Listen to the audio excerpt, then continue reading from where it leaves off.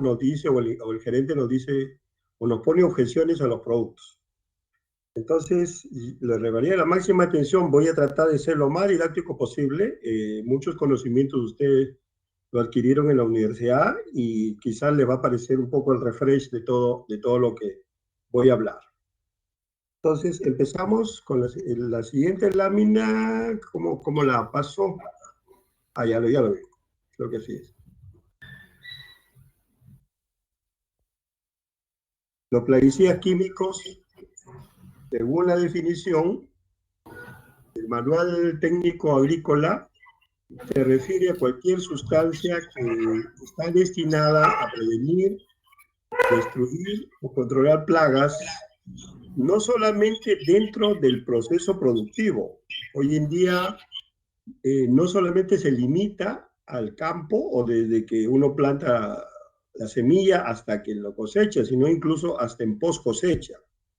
Recuerden que hay productos plaguicidas que se aplican en post cosecha o en la cosecha. Eso trae como consecuencia de conocer estos productos para ver cuáles son la forma como se comporta en estas situaciones.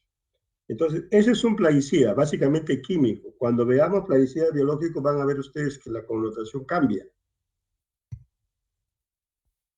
La siguiente lámina, se demora en cargar, creo, me parece. Muy bien. A ver, aquí es muy importante tener en cuenta lo siguiente.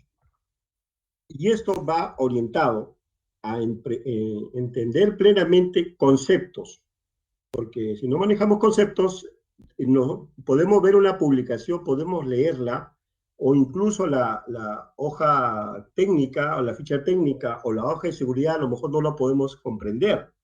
Porque recuerden ustedes muchas veces que van ustedes a un fondo, o el cliente les pide información técnica, y lo primero que les pide es la ficha técnica y la hoja de seguridad. Entonces, a veces yo pregunto, y mucha gente, ¿comprendemos la hoja de seguridad? ¿Comprendemos la ficha técnica? Y obviamente esto es una recomendación que tengamos muy claros los conceptos. Un plaguicida se divide en más o menos 4 partes. Hay gente que vamos a ver que considera similar inertes y coadyuvantes o solventes. Bueno, eso es discutible. El ingrediente activo, que es el compuesto químicamente puro, cuando el producto es fabricado se llama material técnico o materia técnica. Entonces la materia técnica o el material técnico viene a ser el producto que sale como consecuencia de un proceso de fabricación. Y normalmente no está al 100%, sino está al 95, 90 y tantos, muy cercano al 100, pero no llega al 100%. Entonces, como consecuencia de eso, salen lo que se llaman los inertes. ¿Qué cosas son los inertes? Los inertes son sustancias como consecuencia del proceso de fabricación, forman parte del material técnico. Y vamos a ver nosotros, por ejemplo, quizás más adelante, que hay inertes que salen, por ejemplo, o también llamadas impurezas, que es otro concepto, que actualmente están siendo cuestionadas. Por ejemplo, ustedes ven en Europa, hay ciertas impurezas que le llaman de importancia toxicológica. En Estados Unidos, por ejemplo, la EPA considera algunas impurezas que tienen una importancia en la salud humana y en el medio ambiente. Y eso uno lo puede revisar en la EPA y alguna información le voy a dar más adelante. Luego vienen los solventes. Los solventes son aquellas sustancias que se utilizan para, valga la redundancia, solubilizar el material técnico y hacerlo viable para el proceso de fabricación o para la mezcla. Igualmente, como en el caso anterior, por ejemplo, hay solventes que también son cuestionados, el sileno, el tolueno, que han sido dejados de lado, y eso lo podemos ver cuando uno ve un plaguicida uno va a China y se encuentra con plaguicidas, pues, por decir, una abamectina de $5, $6, $8, y abamectinas de mayor precio. uno de los factores que encarece o es más barato son los solventes. Depende de qué solvente uses. Además, los solventes están en función de la solubilidad que pueda tener el material técnico. Hay material técnico que puede ser soluble en algún solvente, como vamos a ver a continuación, y en otros no. Entonces, de eso depende. Y finalmente, dentro del producto tenemos los coadyuvantes, o también llamados surfactantes. Los coadyuvantes, como ustedes saben, son productos que se utilizan para mejorar la mezcla con el agua al momento de hacer la aplicación. Entonces, también varían. Hay coadyuvantes de muy buena calidad y por ende son más costosos.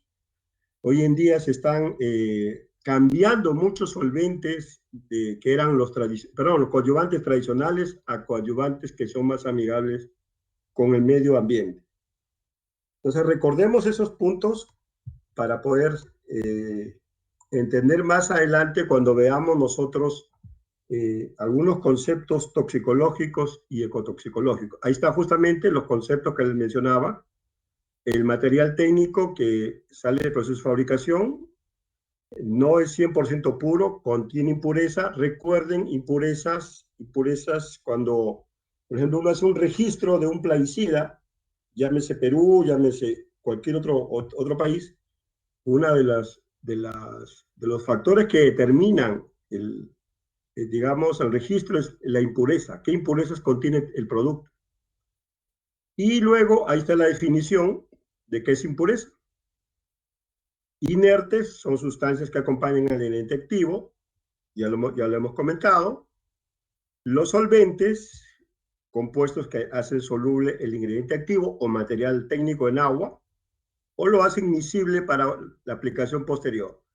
Y el coadyuvante se utiliza para la mezcla en agua, pero en campo, para hacer lo que es campo principalmente. Bueno, los coadyuvantes pueden variar, como lo vamos a ver más adelante cuando veamos formulaciones.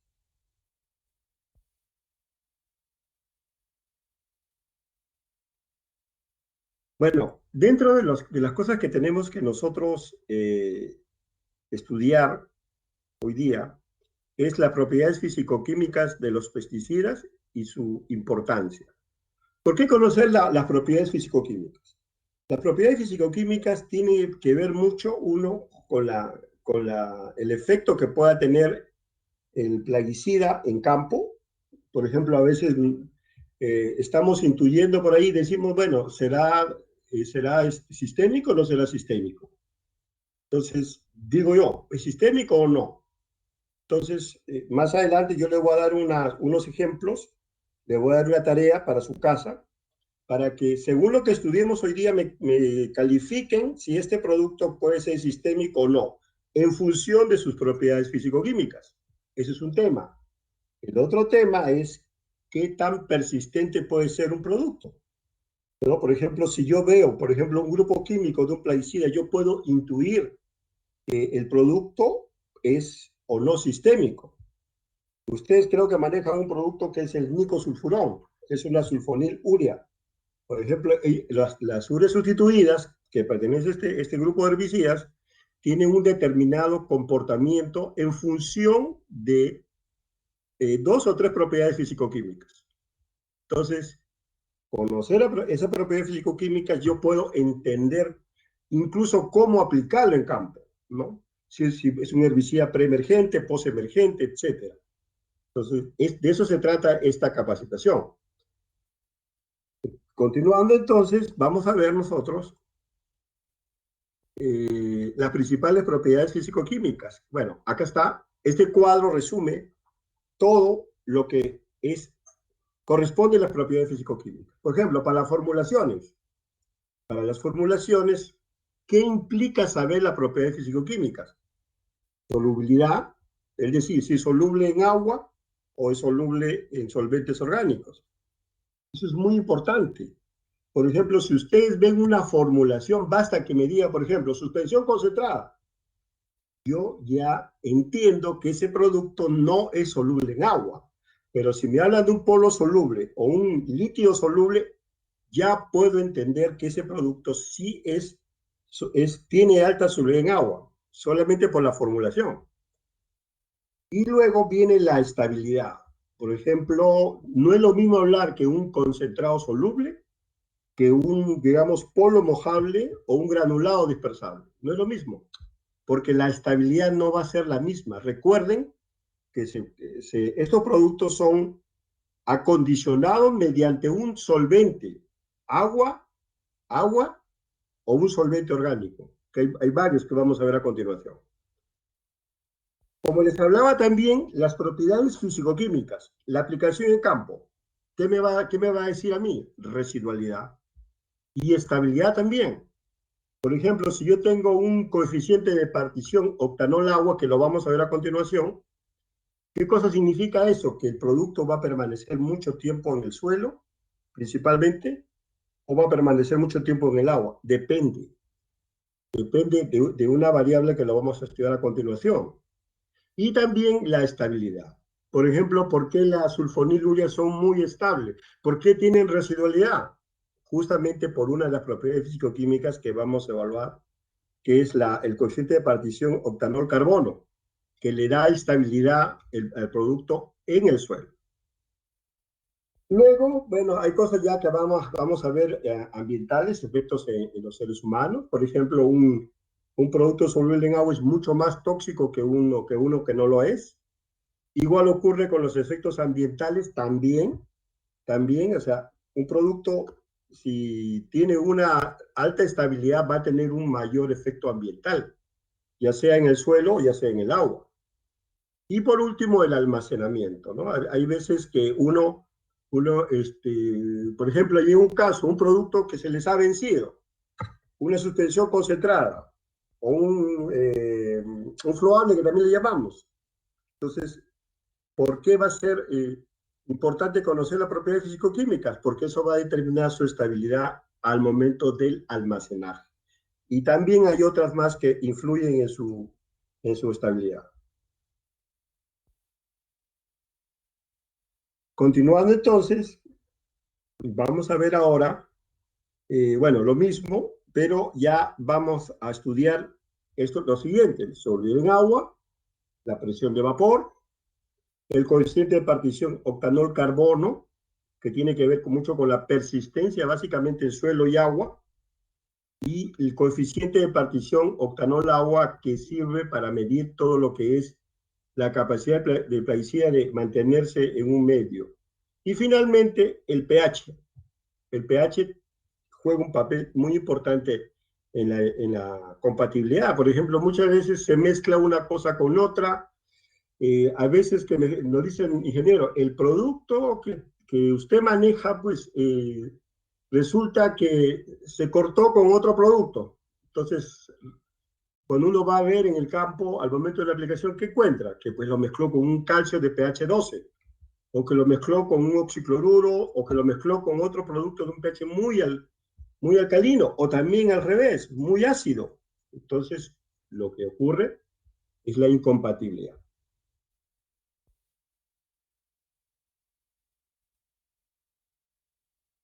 Muy bien. El concepto de solubilidad en agua es un tema que tiene que ver mucho con la posibilidad que un plaguicida pueda percolar desde el punto de vista ambiental. El concepto es muy claro. Si yo diluyo azúcar en agua, ustedes todos, nadie me va a negar que inmediatamente se solubiliza, se solubiliza y la solución sale transparente, ¿correcto? Si utilizo una sal, la sal común, igual. Entonces, la solubilidad en agua determina hasta qué punto soporta un solvente, que en este caso es el agua, para poder aplicarle en campo, por ejemplo, para hacer una formulación. Entonces, ustedes van a ver más adelante que hay formulaciones solubles en agua. El ejemplo que todo el mundo lo conoce y que lo vemos acá ahora es el metomil, ¿no? El metomil tiene una altísima solubilidad. Vamos a ver un cuadro también de solubilidad. Entonces, cuando un producto es muy soluble en agua, si bien es cierto, es una gran ventaja, pero a su vez tiene otras Tiene otras cosas, perdón. Aló, perdón, se salió, parece. Algo, bueno, ahora sí, disculpen. Me están escuchando, ¿no? Entonces, baja solubilidad, acá pueden ver ustedes, obviamente, pocos moléculas dispersas en el agua, moderada y alta. ¿Este es bueno o es malo? ¿Qué opinamos? Pongámonos a pensar. Soluble en agua, bueno o malo. Bueno por la mezcla, pero ¿cuál, entre comillas, es la desventaja? Uno, que el producto va a ser normalmente sistémico y al ser muy sistémico va a controlar plagas, etcétera, etcétera, pero se va a acumular en la fruta. Por ejemplo, el metomil es uno de ellos. Y no sé si ustedes se acuerdan hace mucho tiempo, o no tanto, es el aldicar, o incluso hoy día vamos a ver el oxamil, por ejemplo, tiene una altísima solubilidad en agua. Excelente, es un producto que controla plagas, nematos, sistémico, etcétera, pero se acumula en, el, en la fruta. ¿Bueno o es malo? Entonces, ahí un poco el tema de ver si es tan bueno que sea soluble en agua. Por el contrario, la otra situación, si el producto no es muy soluble en agua, me refiero al material técnico, el producto no va a ser sistémico, no va a poder ser tomado por la planta. En consecuencia, el producto se va a quedar, ahí tenemos nosotros los productos de contacto, los productos de sistema local, etcétera. Estamos hablando de solo un concepto. Vamos al suelo. Vamos a ver que un producto soluble en agua va a percolar, va a ir a las capas inferiores donde están la napa freática, el agua, y contamina. Entonces, ¿bueno o es malo? Hay un producto que hace tiempo se prohibió en Estados Unidos, no porque sea tóxico. ¿Cuál era espérense, creo que era creo que es el simosalín, que no me acuerdo.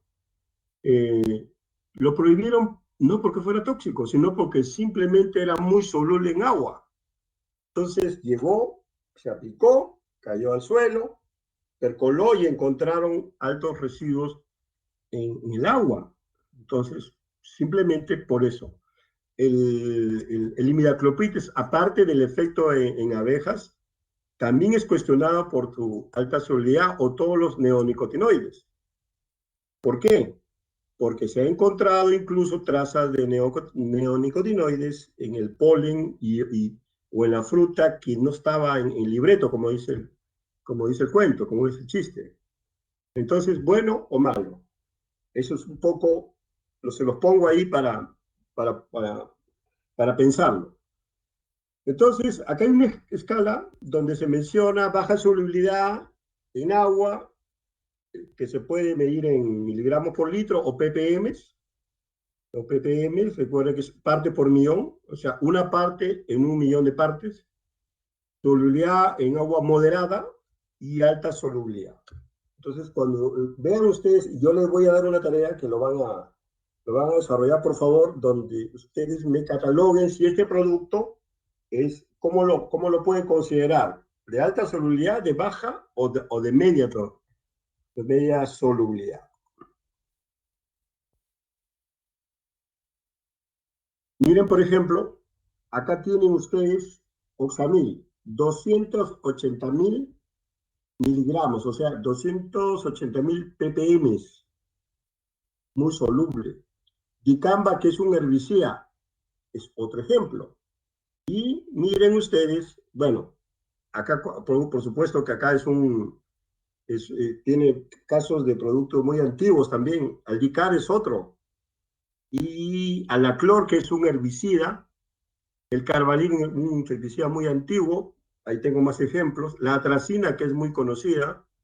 Y bueno, yo sé que me podrán decir que soy muy antiguo, pero justamente, por ejemplo, el aldrin tiene 0.0027 ppm. Esa fue una de las razones, aparte de otras características, por lo cual esos productos fueron prohibidos hace muchos años. Esa fue una de ellas. Entonces, si vamos acá, vamos a poder observar, por ejemplo, el oxamil con 280.000 ppm. Es altamente soluble, muy soluble en agua. Y por lo tanto, también sistémico. Entonces, luego tenemos otro cuadro, creo que tengo otro herbicida, me parece. Acá está, por ejemplo.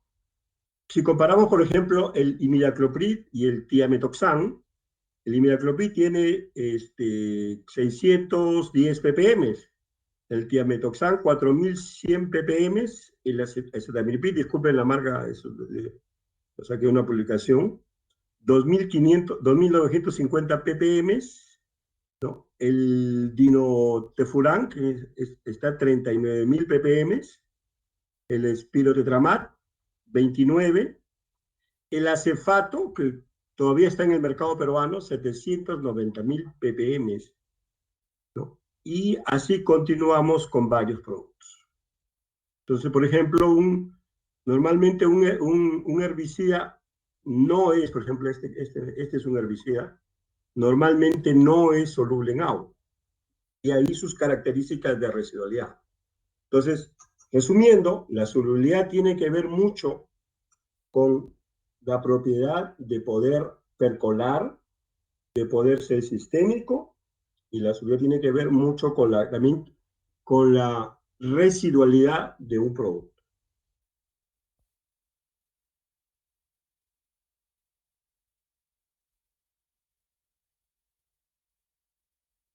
Muy bien. Esto también, por ejemplo, cuando hablamos de la solubilidad, esto, por ejemplo, está bien claro, por ejemplo, líquido soluble, ya se forma una verdadera solución. ¿Qué significa solución? Significa la propiedad que tiene muchos compuestos químicos de tener afinidad con el agua, se une con el agua. Pero cuando no se une con el agua se forma una suspensión. Recuerden, solución, suspensión. La solución puede ser en agua o puede ser en un solvente también, recuerden. Y la suspensión puede ser en agua o también en un solvente. Acá tenemos una formulación soluble en agua y acá no. Entonces, acá se forma una verdadera solución. La mezcla sale translúcida, transparente, mientras que una suspensión toma el color del producto en general. Es importantísimo.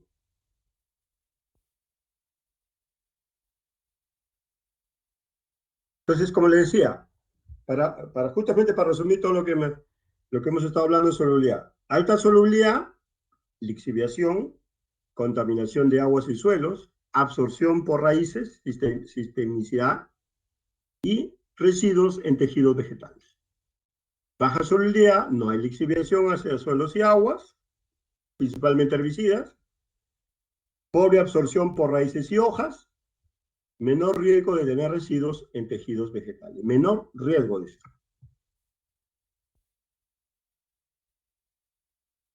Continuamos. A ver. La presión de vapor. Bueno, hasta ahí la primera característica. Seguimos con la siguiente. Presión de vapor.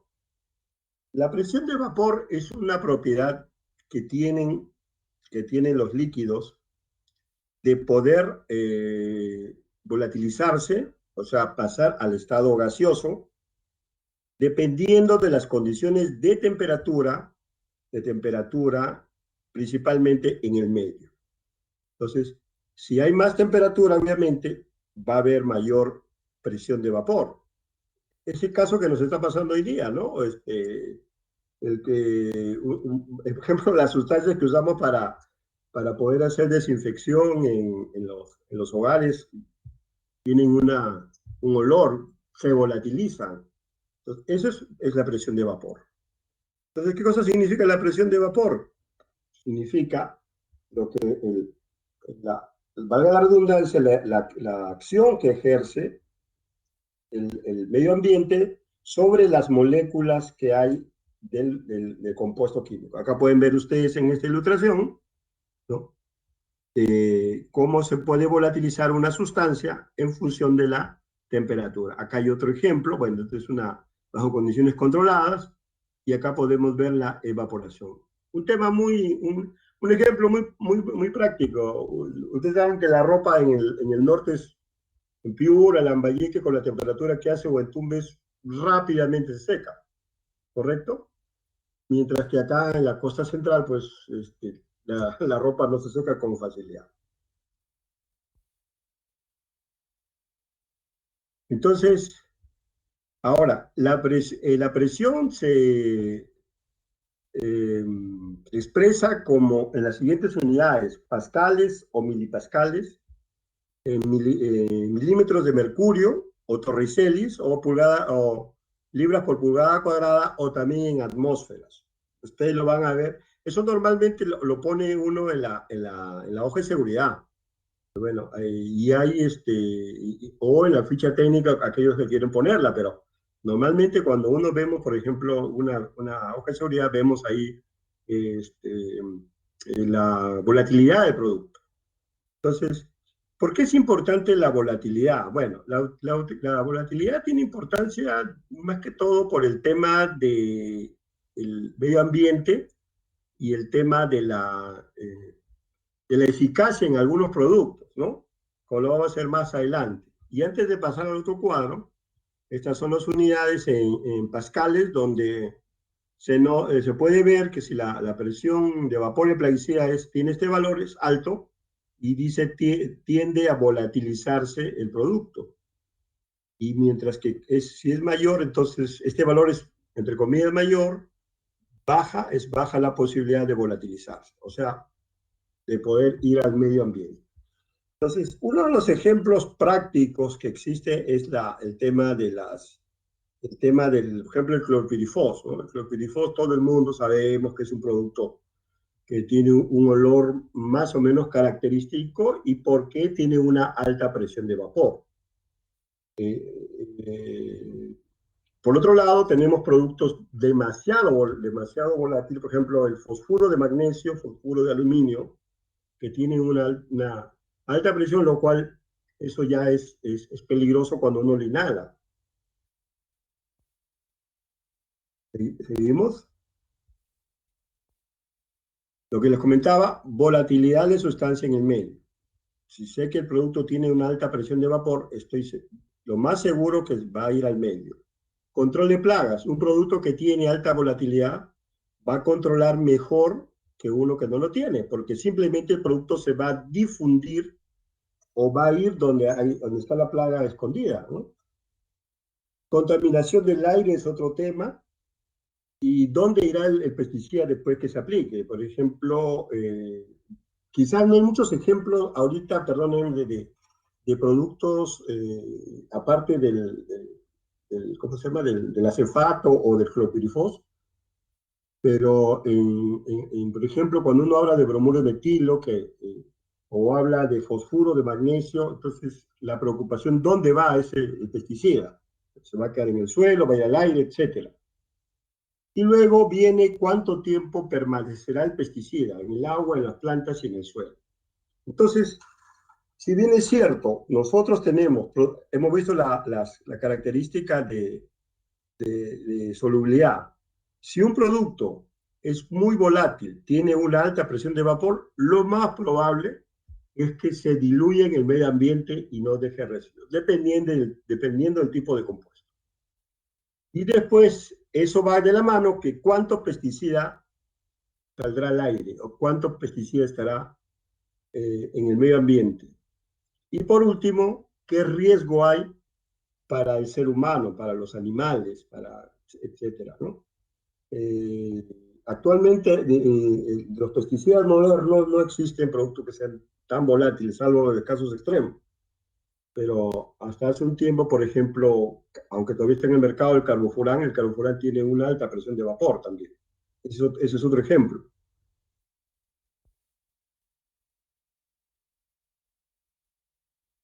Acá tenemos ejemplos de volatilidad, acá lo que les comentaba. Miren, el que comparamos es el agua. Acá tienen ustedes la presión de vapor expresado en milímetros de hidrógeno y comparado con el clorpirifos. Miren, la permetrina, miren cuánto tiene, bajísimo, Y este es un producto fumigante que se usa para control de termitas. Este producto tiene 13.000 comparado con el agua, comparado con clopidifos y comparado con la permetrina, que es un piretroide, que no tiene nada prácticamente de volatilidad, ¿no?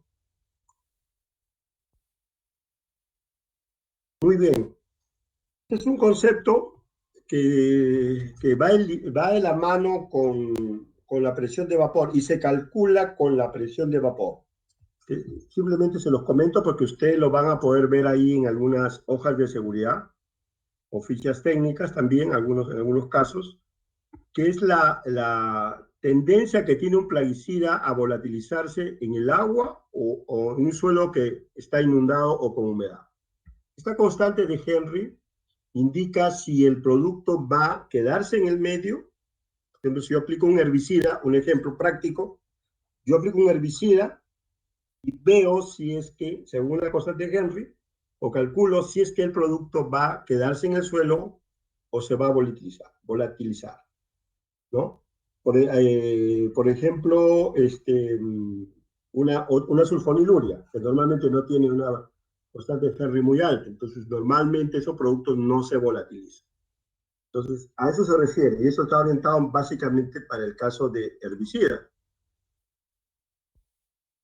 Acá está, aquí lo tienen ustedes, un cuadro comparativo, donde se menciona ahí los valores, si es menor a 3 por 10 a la menos 7, si es volátil, no es volátil, o baja volatilidad, volatilidad moderada, este es el rango, 1 por 10 a la menos 5, a 1 por 10 a la menos 3, y alta volatilidad es mayor a 1 por 10 a la menos 3 atmósferas por metro cúbico por mol. Bueno, esto en algunos casos se transforma también a milipascales o a pascales, depende de la unidad que esté utilizando. Y en este caso, tiene un alto potencial para volatilizarse del suelo húmedo. En el ejemplo y en la tarea que les voy a dejar, ahí van a ver ustedes que les voy a poner ahí unos valores y que corresponden a productos que ustedes manejan. Y me van a decir ustedes si es volátil o no es volátil. ¿Correcto? Nada más que comparar la tabla que tienen en este momento, compararla con el trabajo que les voy a dejar.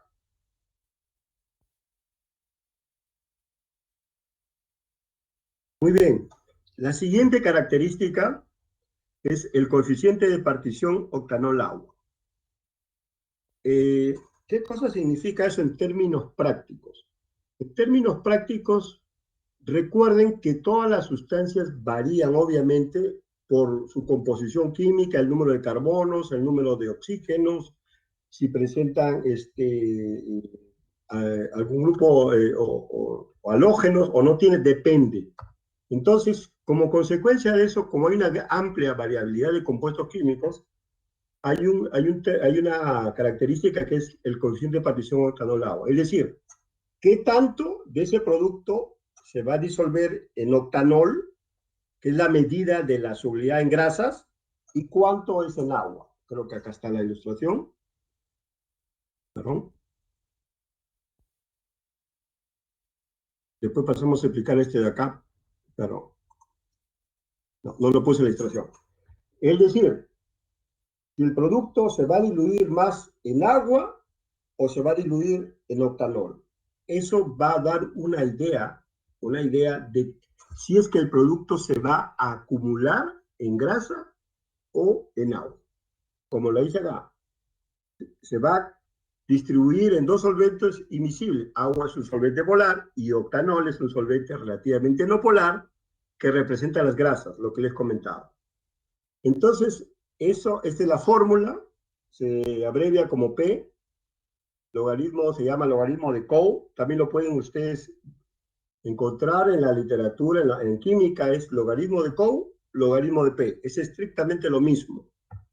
Entonces, ¿para qué sirve? Dice, los plaguicidas con una vida media con Coe alto pueden acumularse en tejido graso y bioacumularse a lo largo de la cadena alimenticia. Este es un una característica importante para bioacumulación.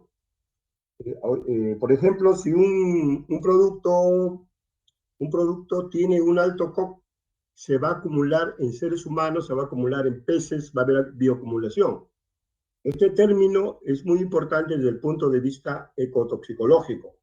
Recuerden este punto, porque eso lo vamos a ver nosotros cuando veamos el efecto de los plaguicidas en el medio ambiente, especialmente en aves, en peces, en el mismo ser humano, ¿no? Como dice acá, el coeficiente de partición es una medida de la lipofilia de una sustancia. Lipofilia significa afinidad por grasas, por grasas. Actualmente, digamos, productos que tengan un alto COU en plaguicidas modernos no hay muchos, gracias a Dios.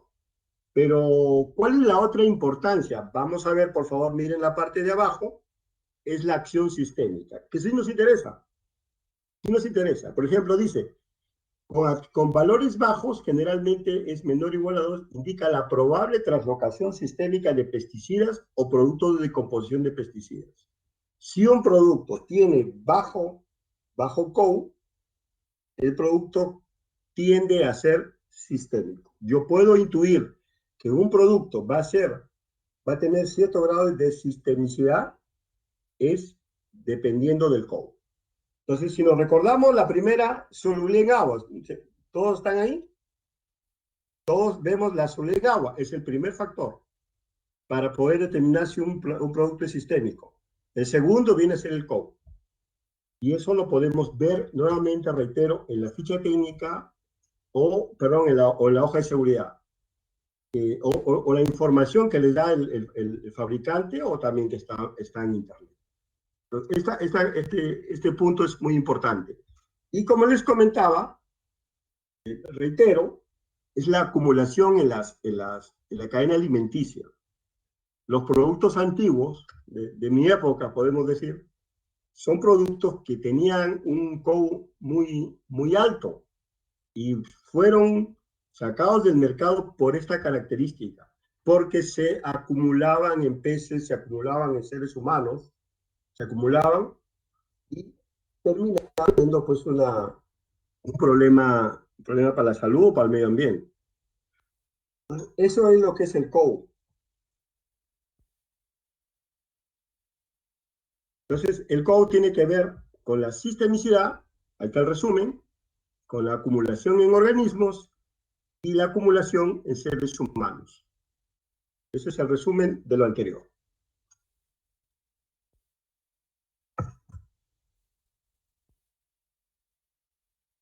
Acá bueno, este gráfico debe estar allá en principio, acá está octanol y agua. ¿Cómo se distribuye el producto o el ingrediente activo en octanol y en agua? Y acá tienen ustedes, pues, algunos ejemplos de COU, ¿no? Por ejemplo, el clorotalonil, que es uno de los muy conocido por todos nosotros, tiene un alto COU. Significa esto que el producto tiende a acumularse. Incluso el clorotalonil me parece que en la EPA, perdón, la Comunidad Europea lo tiene en la mira por esta característica. Por ejemplo, esto es una herbicida derivada de las triacinas que tiene un COU muy bajo. Muy bajo. Acá tienen ustedes carbendazina, tiene Captan y tienen Folpe.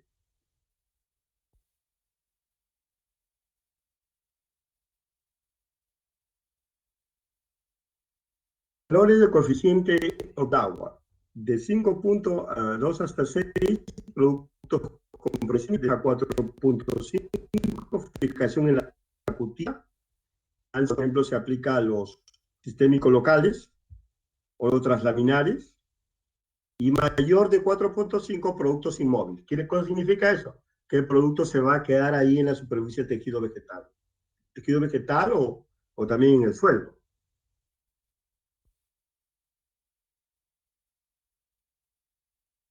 Muy bien. Nos vamos a la siguiente característica. El coeficiente de absorción de carbono orgánico, COP. Acá vemos la fórmula.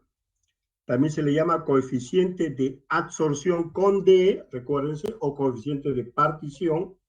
Adsorción, que no es lo mismo que absorción, por si acaso. Adsorción, se recuerdan ustedes por edafología. Si nos acordamos nosotros, por ejemplo, las arcillas absorben algunos elementos, o sea, quedan absorbidos por la unión que existe, la unión que es normalmente de carga eléctrica, absorción. En este caso es una medida de la tendencia de un compuesto orgánico a ser absorbido o retenido por los suelos o sedimentos. ¿Qué importancia tiene? Esto mide cuánto el producto va a quedar en el suelo.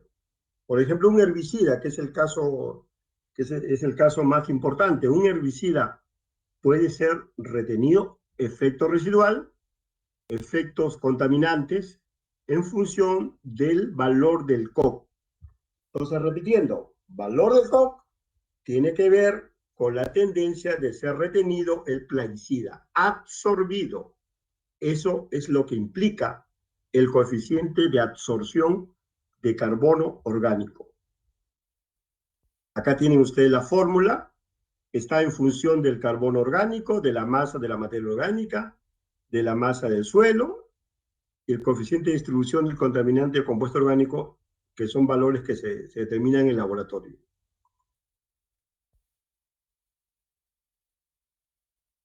Acá tienen ustedes la escala. Nuevamente yo les reitero que les voy a enviar el ejemplo para que podamos ver. Este es el caso de un herbicida, valores, si el COC es bajo, menor de 10, muy débil dice, de 10 a 10, a 100, perdón, débil, moderado es de 100 a 1000, si el COC es alto de 1000 a 10.000, de moderado a fuerte, y si es mayor de 100.000, muy fuerte. Creo que acá tengo ejemplos, me parece. Acá tienen ustedes, por ejemplo, acá tienen una sulfoniluria, acá tienen un derivado de las triacinas, acá tienen el oxiflorfen, la pendimetalina, acá hay otra triacina, y acá podemos ver los valores. A ver, acá están los valores. Miren, ¿qué significa esto? Que a mayor valor va a haber mayor absorción. Miren lo de la pendimetalina, los que manejan arroz. Por ejemplo, la pendimetalina tiene una residualidad, pero ustedes dirán, bueno, pasamos un tiempo, pues el herbicida debe tener efecto. Correcto, pero si uno hace un análisis de suelo y va a poder ver que existen residuos de pendimetalina o del mismo oxiflorfen que pueden afectar, si cambian de cultivo que no es el arroz, pues va a tener algún efecto en el cultivo siguiente. Este es un cuadro muy interesante que mide. Y ojo que acá hay dos cosas importantes. Acá la solubilidad en agua, miren, por ejemplo, el oxiflorfen tiene 8000 y una solubilidad en agua muy baja. ¿Recuerdan la primera propiedad? Solubilidad en agua. Entonces, solubilidad en agua indicaba poca persistencia, cuando el valor era muy alto. Cuando el valor era muy bajo, como en este caso, el producto era persistente, y otra característica que ayuda a tener esa persistencia es el coeficiente de partición octanol-carbono. Y otro aspecto importante es la vida media, que lo vamos a ver eso ya en la parte ecotoxicológica. Por ejemplo, la vida media de la pendimetalina es 101 días. ¿Qué significa la vida media? Significa que el producto persiste por lo menos en un tiempo determinado, un 50%, 101 días. El 50% del producto, 101 días. Entonces, todo está ligado. Las características están ligadas con la persistencia de un plaguicida en el suelo, en la planta, etc.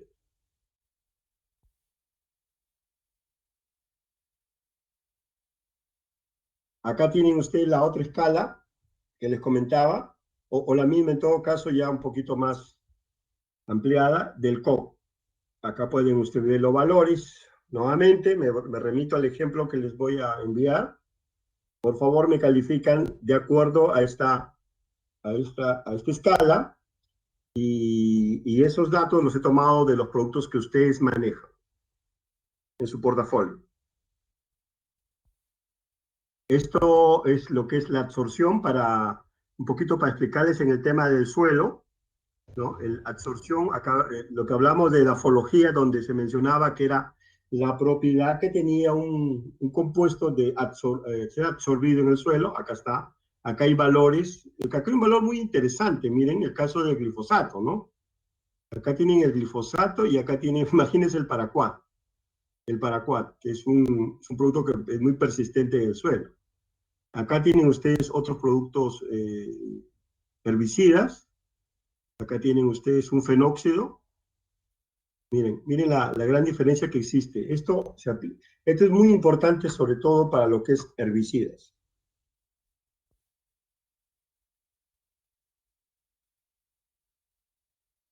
¿Correctos?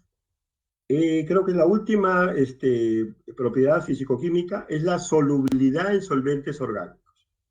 Entonces, como les comentaba, en la fabricación de plaguicidas pues hay muchas moléculas, hay muchos compuestos químicos y tienen diferentes características. Así como habíamos visto nosotros solubilidad en agua, vamos a ver que la solubilidad en solventes orgánicos es muy importante. ¿Por qué? Para la formulación, para las características anteriores.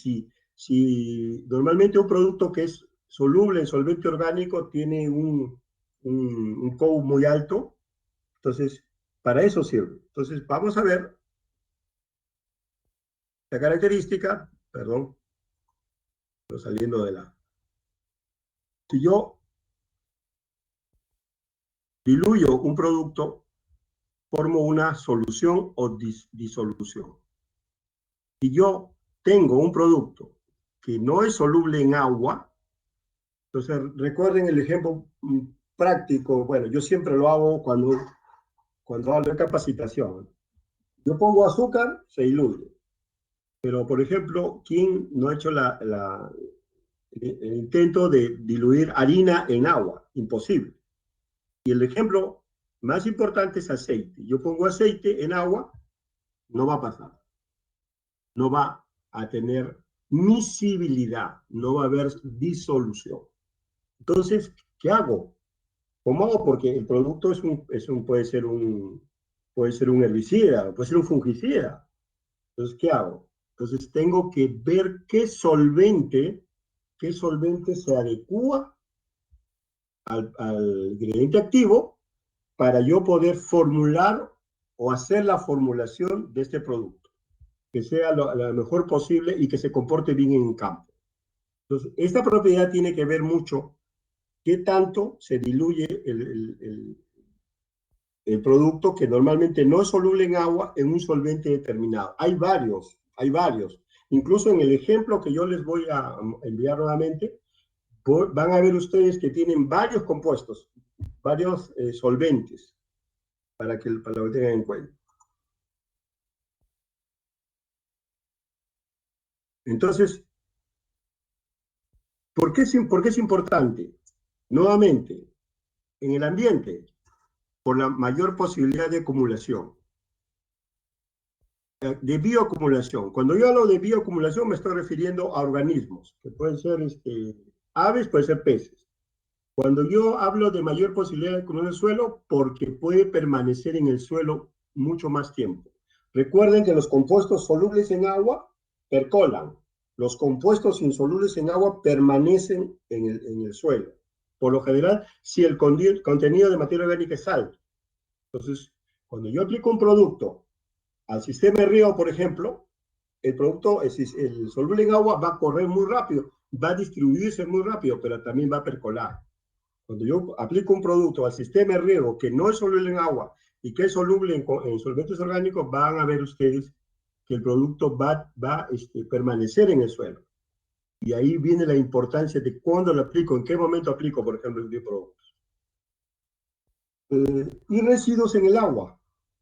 residuos en el agua, ¿no? Yo puedo encontrar productos que tienen baja solubilidad en agua y en solventes orgánicos y van a ir al agua y no se van a degradar. A diferencia de aquellos que son solubles en agua, que normalmente se degradan, estos van a permanecer más tiempo debido justamente a esta propiedad, a su baja solubilidad en agua. En las plantas, bioacumulación, residuos en fruta.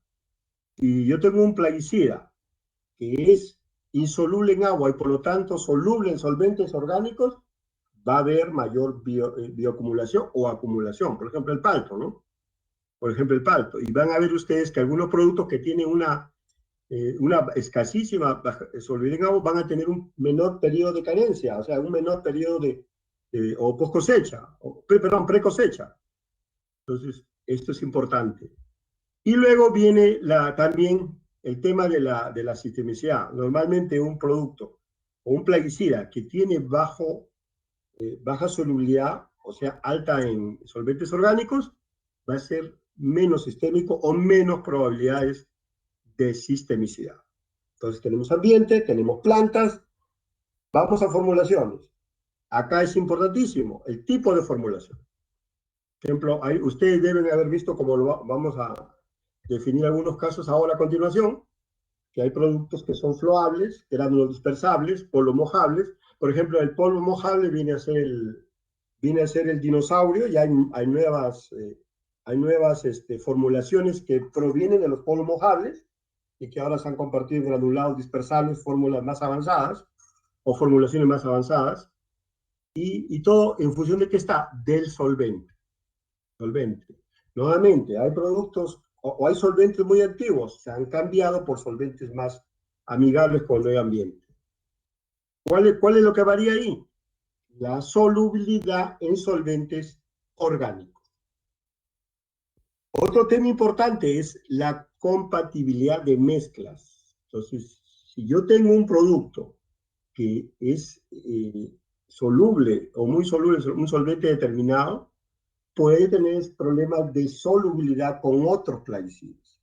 Por ejemplo, si el producto tiene base aceitosa, un concentrado emulsionable, que eso ustedes lo manejan a cada rato, un concentrado emulsionable, hay veces que tiene problemas con los granulados dispersables o con los floables.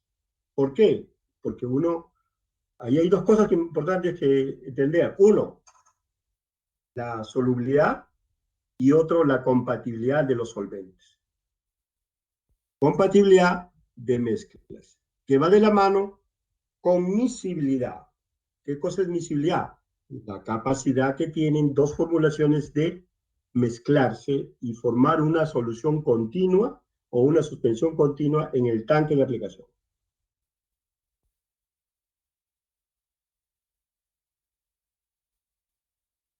Bueno, y otras propiedades dentro de esta primera parte, esto es la explosividad, la corrosividad y las propiedades oxidantes. Bueno, la explosividad, menos mal que casi no hay ningún producto que sea explosivo, salvo el azufre y corrosivo y las propiedades oxidantes. Casi la mayoría no tienen mayores problemas de estas propiedades. Sin embargo, vamos a ver nosotros este, por ejemplo, la hoja de seguridad, mucho se refiere a estas tres propiedades.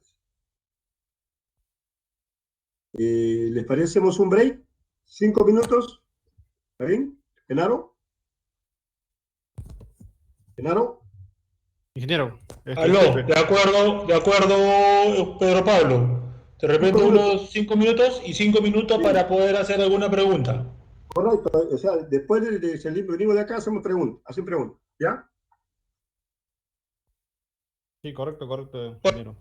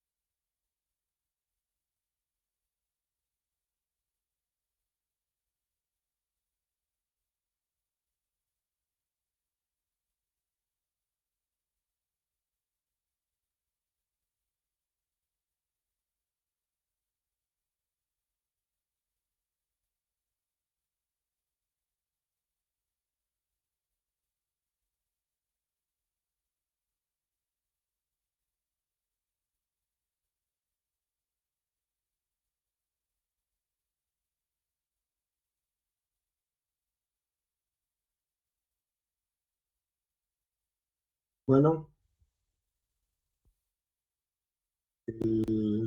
continuamos. Hay una pregunta ahí de Jorge, no sé si podemos Jorge, ¿podrías quizás un poquito más explícito hablar de xenofobos? No, pero Pablo, ¿qué tal? Tú Jorge, ¿qué estabas tal? pidiendo ejemplos de fosforados y yo te escribí profenofos, que es un producto que Ya, todavía está mira, vigente, ¿no? sí, claro, mira, es una buena pregunta y eso va ligado a la mayoría de plaguicidas antiguos. Yo les llamo antiguos por la cantidad de años que tiene, no por lo viejo que soy, por de casa. Entonces, ¿qué es lo que pasa? Dentro de los productos que salieron al mercado hace tiempo, bueno, yo por lo menos sí me acuerdo, los fosforados se dividieron casi digamos, aquellos que eran muy sistémicos. Recuerda el metamidofos, recuerda el oxilimetón, el ometoato, ¿te acuerdas? No sé si escucharon ustedes o lo Ajá, vieron, que claro. eran productos que tenían una altísima solubilidad en agua y eran productos que por lo tanto eran muy sistémicos, tenían una alta sistemicidad.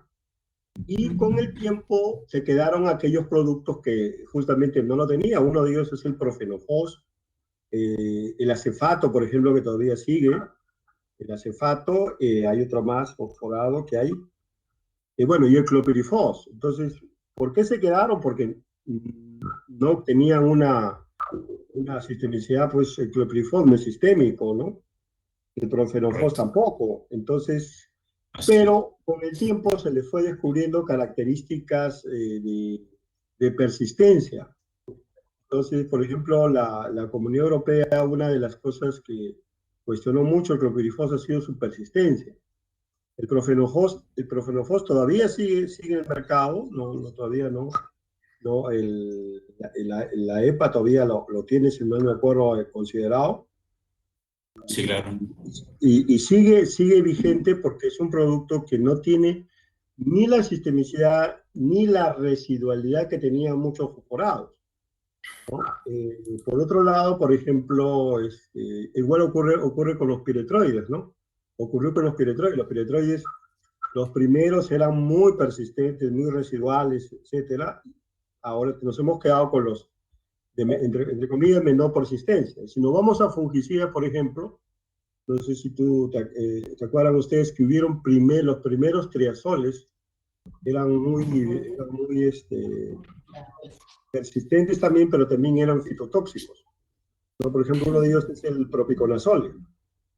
Bumper. Y actualmente los triazoles, hay algunos que tienen menores propiedades contaminantes.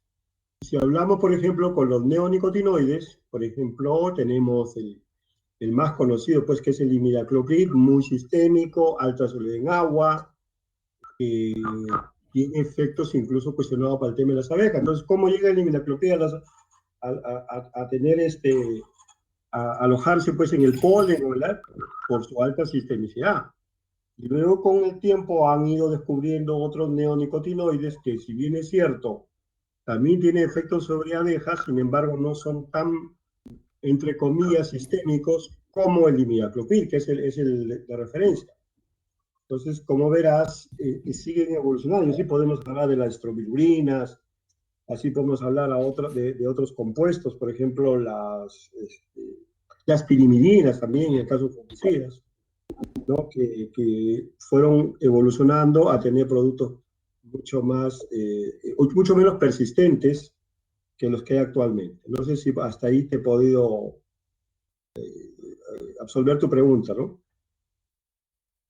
Entonces, ¿continuamos? ¿Les parece? Más bien, otras personas, si desean hacer preguntas, ¿no? Pueden escribirlo, pueden, prender sus O si audios. desean hacer preguntas, encantado, yo aquí estoy. La emocional, pero esta, o sea, en realidad tengo un par, pero lo que dijiste en realidad a la pureza del ingrediente activo, Sí, perdón. nada con el precio del producto comercial formulado y con la performance en el campo de ese producto comercial. ¿No? O sea, ¿por qué hay tanta diferencia en el mercado en precio y en funcionamiento en el campo de los productos, ¿no? Correcto. A ver, Para puntualizar en temas un poco más ligados a la parte comercial. correcto, correcto. A ver, ahí hay dos factores. Uno es la pureza, uno que tiene que ver la pureza del producto y el otro tiene que ver con el tema de las impurezas, que es otro tema. Entonces, el impurezas y que va ligado de la mano con el proceso de fabricación. A ver, mira, tú puedes tener, por ejemplo, tú puedes tener actualmente, a ver, he estado viendo algunos productos, lambda-cialotrina, por ejemplo, ¿no? Tú puedes tener lambda-cialotrina, material técnico al 90%, ¿correcto? Y tienes que tener lambda-cialotrina al 98%. Entonces, tú me dirás, bueno, de 90 a 98 como que no hay, entre comillas, mayor diferencia. Pero ¿cuál es la diferencia? Que, por ejemplo, que te hablo específicamente de los piretroides, en este caso la neocelotrina, porque también podemos hablar de los neonicotinoides. Entonces, ¿cuál es la diferencia? Es que cuando el proceso de fabricación, justamente ese 10% arrastras muchas impurezas. Por un lado, al arrastrar impurezas, vas a tener un producto que, entre comillas, va a ser muy difícil que puedas sacar todas las impurezas que afectan la calidad del producto, en el sentido de que vas a tener que usar mayor cantidad de solvente, mayor cantidad de sustancias que te hagan el producto más puro. Entonces, ahí está la calidad. Y por otro lado, y en el caso específico de los piretroides, recuerda que la mayoría de piretroides tienen estereoisómeros. Entonces, ¿cuánto de eso es de un isómero tal o un isómero tal? Y eso ocurre también, por ejemplo, para las estrobilulinas. Entonces, eso te encarece el producto. Ahora, por otro lado, hace mucho tiempo la gente usaba tolueno. Tolueno, si tú ibas al campo y si alguien va al campo y puede uno sentir el olor, por ejemplo, cuando hay una aplicación de clorpirifos. ¿Por qué? Porque el solvente que se utiliza para un clorpirifos muy barato, es muy barato. Entonces, de ahí pues la importancia del solvente, porque ese solvente se tuvo que usar para extraer el material técnico. Eso se aplica a muchos productos. Luego tienes solventes mucho más caros que te sacan el producto al 90 y tantos por ciento, 95, 98%, y obviamente son mucho más caros y el precio de fabricación es mucho, valga la redundancia, mucho más costoso que los anteriores. Entonces, cuando tú ves un genérico, que es, si quieres, la próxima hablamos un poquito de genéricos, tú ves un genérico, vas a poder observar dos cosas: impurezas y qué solvente usas para lograr la pureza determinada de este genérico. Y ahí están los precios, ¿no? Y si tú ves, por ejemplo, también una bamectina que compró ¿cómo se llama? Se compró la agroindustria, no sé si ustedes, todo el mundo lo sabe, ¿no? Que no Ahí, era admisible, que se cortaba, que era un producto que no trabajaba en campo. Pureza, pureza del material técnico. No sé si hasta ahí te pude ayudar, Jorge. Te pude explicar mejor, sí, claro. ¿ok? Claro. Pero Pablo, yo creo que continuamos, pero quisiera dejar una pregunta también súper ligada a Correcto. eh, eh, a ver, Se nosotros entrecorta. tenemos clothianidin, acetamida y fenazol, Pero ¿no? Jorge, se entrecorta. Tenemos una... ¿Ahí me escuchas bien? ¿Me escuchas bien, Yo no Diego? tanto, no sé si el resto, Genaro, no fue Jorge, si claro mejor me realmente. escribes, Si porque se puede escucha entrecortado. correcto, si puede exactamente, escribir sería escribe mejor. lo mejor.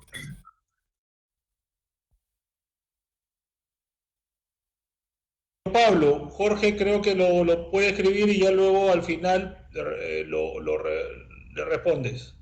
Correcto, sí, continuamos porque sí, se nos acaba el tiempo. Continuamos. Ok, continuamos, Pedro Pablo. Muy bien, como ustedes verán, para poder comprender las formulaciones de los plaguicidas tenemos que saber las propiedades físico-químicas.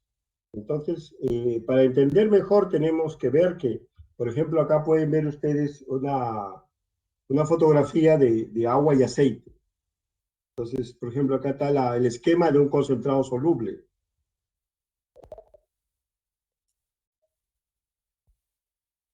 Entonces, lo primero, si es soluble en agua o insoluble en agua.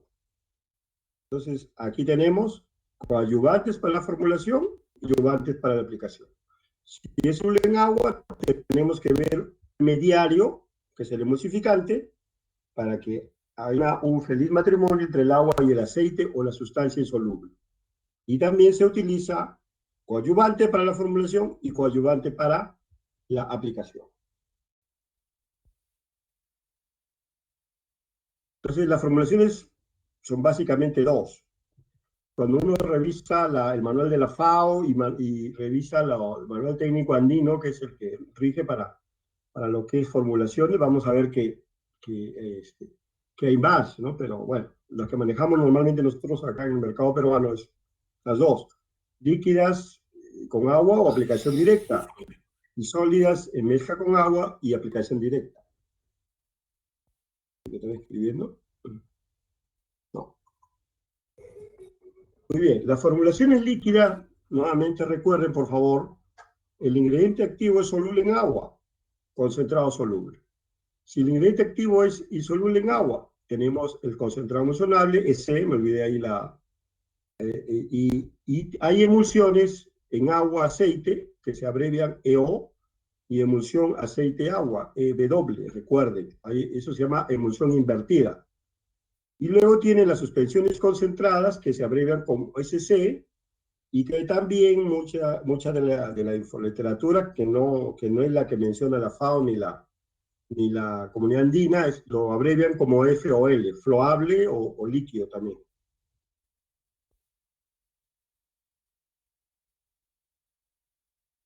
Concentrados solubles. No hay mucha magia que explicar ahí, simplemente el ingrediente activo es soluble en agua y por lo tanto se va a formar una verdadera solución. Cuando uno, por ejemplo, echa un poco de alcohol ahí el agua, se va a diluir y no hay magia, no hay nada más importante.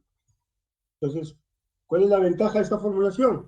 Que cuando yo lo voy a aplicar en campo, pues no va a haber problemas de precipitación, no va a haber problemas de inestabilidad, salvo que el otro producto que mezcle sea complicado. Normalmente no hay. Se forma una verdadera solución. Esto es importante. Ejemplo, por ejemplo, la formulación de mi imidacloprid 20CS.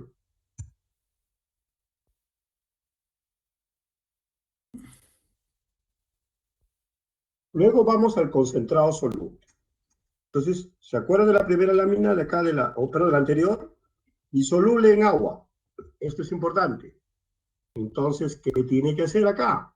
Se tiene que, un intermediario, que es el emulsificante, de tal manera que el emulsificante permite unir las moléculas del producto diluido en agua. Entonces, esto se llama emulsión. Se llama emulsión. La emulsión tiene ventajas, pero también tiene desventajas. Entre las desventajas que es inestable. Ustedes seguramente habrán podido ver en campo, hay veces que se corta en pH muy alcalinos, se corta cuando lo mezclan con un aceite agrícola, se puede mezclar cuando utilizan un cobre, entonces es inestable. ¿Y cómo se puede ver? Porque se forman las dos capas, se separa el aceite o la parte no soluble en agua y abajo queda el agua. Entonces, esta formulación es muy común, es una de las más difundidas, muy antigua, y que todavía está vigente. Y barata, sobre todo, un poco preguntando lo de agua. Acá vamos a ver lo que se llama aceite en agua. Nuevamente, el material técnico es insoluble en agua. Entonces, ¿qué hace el fabricante? El fabricante hace una solución de glóbulos muy pequeños, hay gente que le llama microencapsulado también.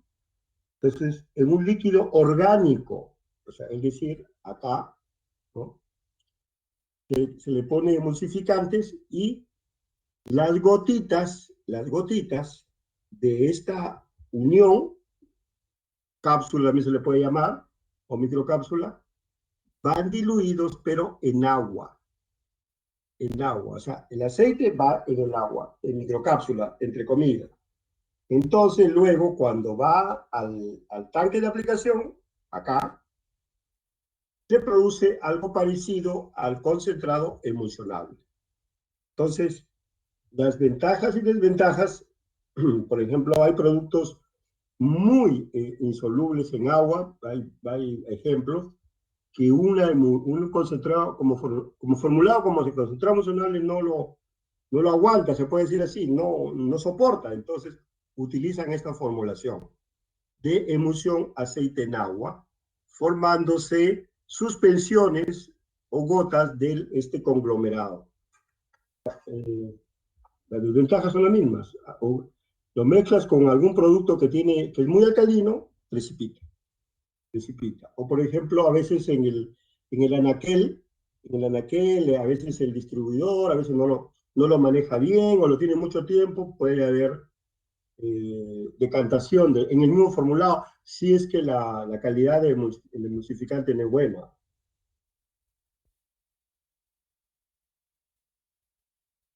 Seguimos entonces. Y luego tienen nosotros emulsión, perdón, lo que es al revés. O sea, el solvente es agua, o la base es, aceite. Y a eso en todo eso se le pone el producto en microcápsulas diluidas o suspendidas en agua. O sea, al revés. Si vamos al anterior, aquí es al revés. Es decir, esos coágulos o microcápsulas están con agua más el producto. Y esto está en un medio aceitoso. Eso se llama emulsión invertida. El ejemplo más práctico es la mayonesa. La mayonesa es una emulsión invertida, recuerden siempre ese ejemplo. ¿Por qué? Porque el ingrediente activo es insoluble en agua.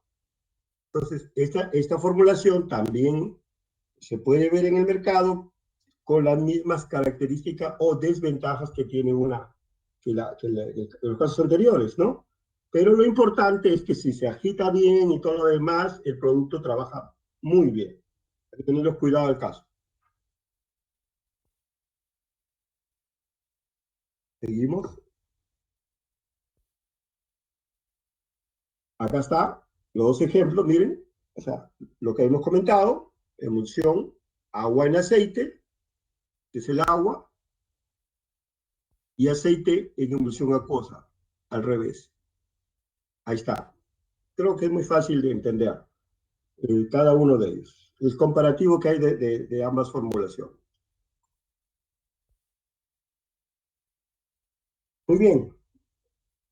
Me olvidé decirles que en este caso el producto es líquido, o sea, el ingrediente activo. El ingrediente activo, material técnico es líquido. En este caso, suspensión concentrada es, el ingrediente activo es un polvo, es sólido. Entonces, al ser sólido, normalmente se le pone en suspensión. ¿Qué significa esto? En una base que puede ser acuosa, agua, hace una suspensión. ¿Qué significa eso? Que se trata de diluir lo máximo posible mediante coadyuvantes o tensoactivos y las partículas quedan en suspensión en esta formulación. Eso se llama suspensión concentrada. Recuerden, suspensión, que está suspendido, disculpen la redundancia, que está suspendido en un medio determinado. Ventajas y desventajas. Que puedo tener un producto que tenga muy alta actividad en campo, pero a veces esa suspensión, como es un polvo o es un sólido, puede precipitar, puede decantar. Y eso puede también ocurrir en almacén, o sea, en el anaquel, como puede ocurrir también en campo. Y es susceptible también a degradaciones o a incompatibilidad con productos muy alcalinos.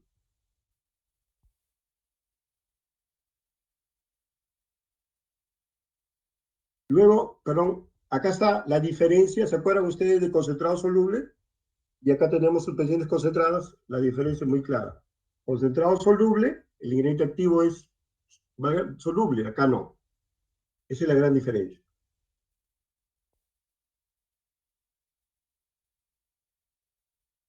Luego vienen también los floables muy parecidos al anterior, que algunos le dicen floables, pero en este caso lo he puesto ahí porque hay productos floables que el vehículo no es el agua, sino es el aceite. Y algunas empresas que formulan o fabrican estos tipos de formulaciones lo consideran como una categoría aparte. Lo he tenido que poner con la finalidad de complementar la capacitación, porque el manual andino, vuelvo a repetir, y la FAO no consideran esta formulación, sino forman parte de la suspensión concentrada. Acá pueden ver el producto, eso lo podemos ver en algunos productos, a lo mejor no me acuerdo si ustedes tienen, pueden ver ahí lo que es un floable o también similar a lo que es suspensión concentrada. Una leche en todo caso. Luego viene otro lo que se llama suspoemulsión. Entonces, esta es una variación de la EWIEO. Entonces, ¿en qué consiste? En que hay un ingrediente activo sólido insoluble y tiene un ingrediente activo líquido insoluble. Tiene sólido y líquido, que está disuelto en aceite. Los dos se combinan en una fase acuosa y se forma una suspoemulsión. Viene a ser un poco la combinación de la suspensión concentrada con una emulsión. Eso debería ser la definición de suspoemulsión. Bueno, entonces terminamos los productos líquidos, entramos a las formulaciones sólidas. Las formulaciones sólidas, igual, se dividen en aquellos que son solubles en agua y aquellos que son insolubles en agua. Tenemos los polos solubles, las tabletas solubles, que las hay, por ahí hay algunas que he encontrado. Los gránulos emulsionables, gel emulsionable, gel hidrosoluble, gránulos solubles, gránulos dispersables, perdón, polos mojables y tabletas mojables. Estaban ahí aquí.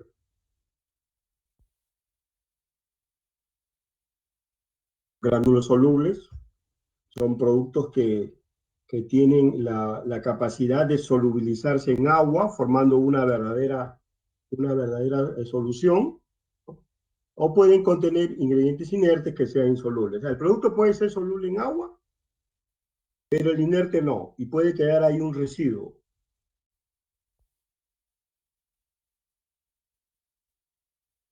El polvo soluble, que es la formulación más conocida, es una formulación en la cual el ingrediente activo soluble en agua tiende a formar una verdadera solución al momento de hacer la mezcla. Creo que el ejemplo notorio es el caso del metomil, ¿no? Metomil, que es una formulación que se utiliza hasta el día de hoy. Por ejemplo, tabletas solubles, que es otra formulación. Ahí vemos nosotros, por ejemplo, el ácido giberélico. Bueno, no está vendiendo ahora, pero es el mejor ejemplo de esta formulación. La tableta se echa directamente al cilindro. Aplicación. Bueno, acá hay otras formulaciones que han sacado algunas otras empresas, que las menciono, no he visto ahí no sé que ustedes sí lo hayan visto.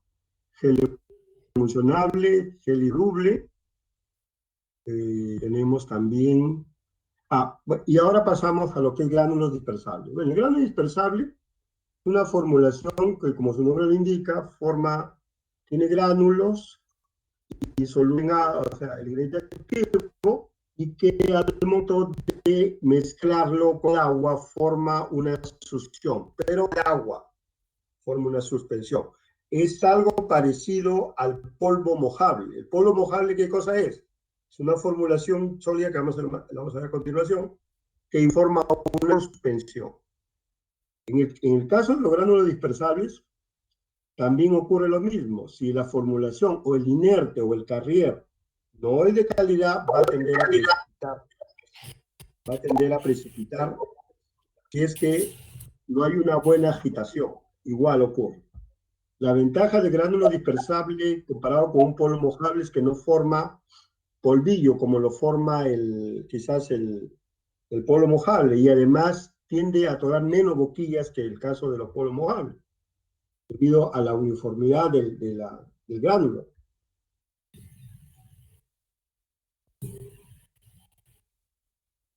Nuevamente, gránulos dispersables, y se forma una suspensión para la aplicación. Tabletas mojables también hay. Acá el ingrediente activo es insoluble en agua. Acá tenemos el polvo mojable. El polvo mojable, como ya les había comentado, el ingrediente activo es insoluble en agua, se mezcla, hay tensoactivos que se utilizan en la formulación que permite que el producto se mantenga en suspensión. Suspensión, reitero, no es una solución. Por lo tanto, puede ser inestable al momento de aplicarlo. Y la constante agitación se recomienda para este tipo de productos o formulaciones.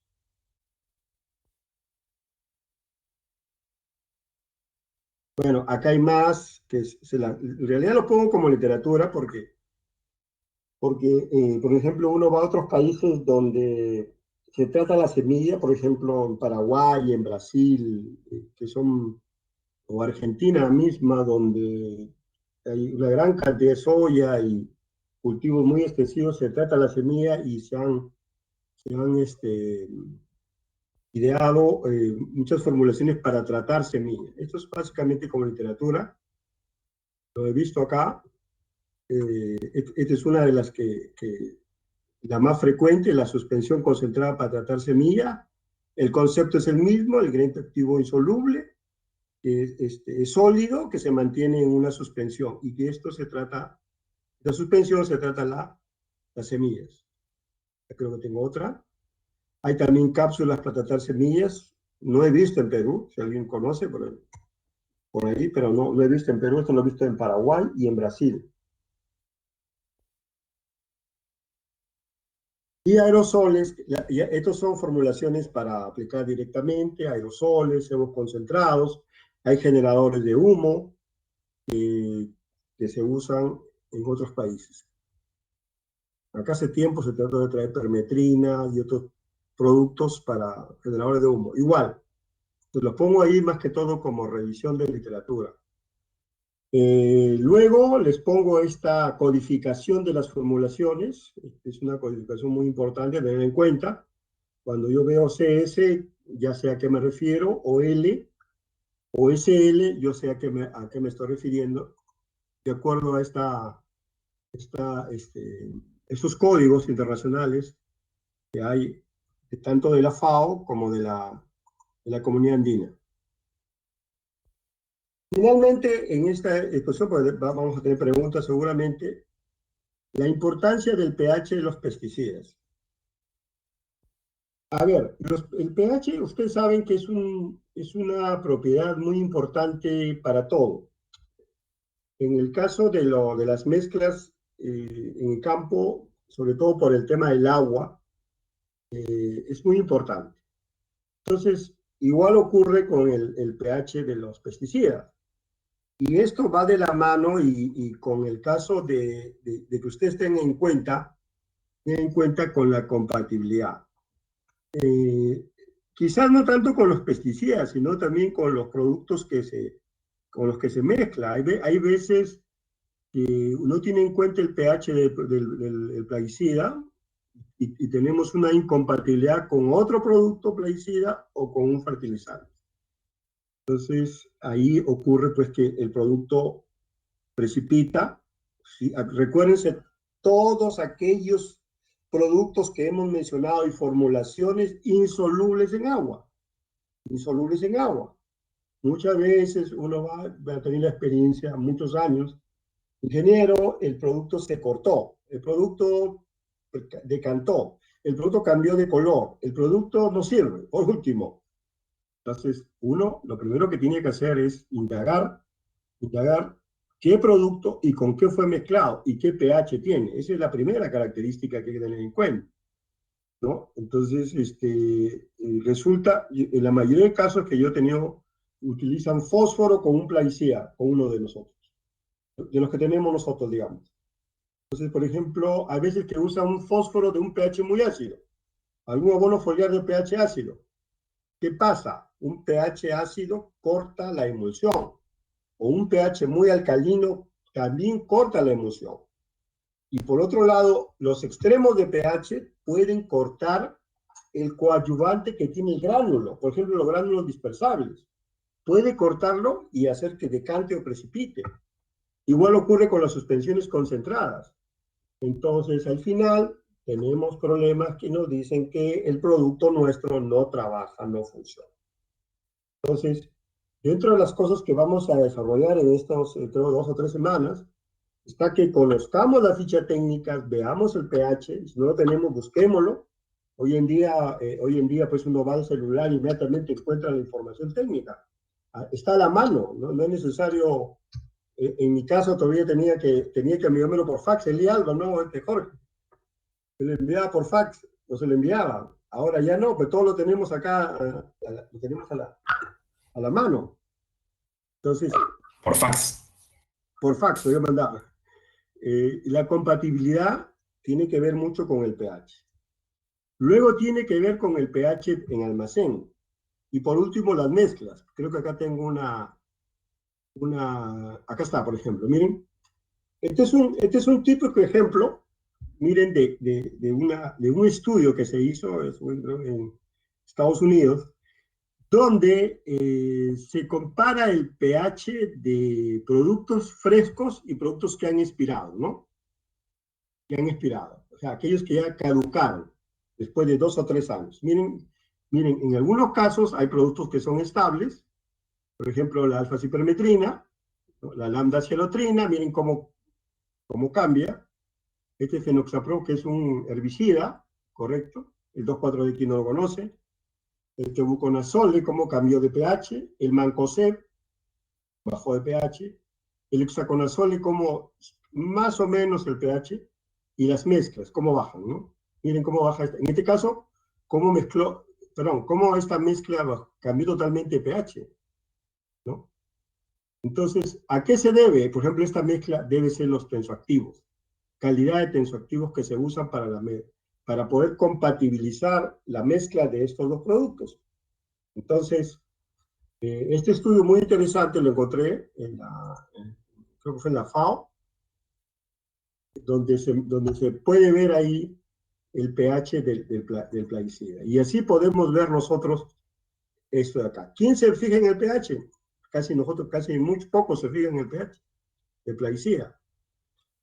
La importancia, entonces, resumiendo, para su compatibilidad, para su estabilidad en almacén y sobre todo para las mezclas. Entonces, esto es importantísimo. Y bueno, hasta ahí tenemos la primera sesión. Creo que está abierto, me parece, la ronda de preguntas para aquellos que crean conveniente.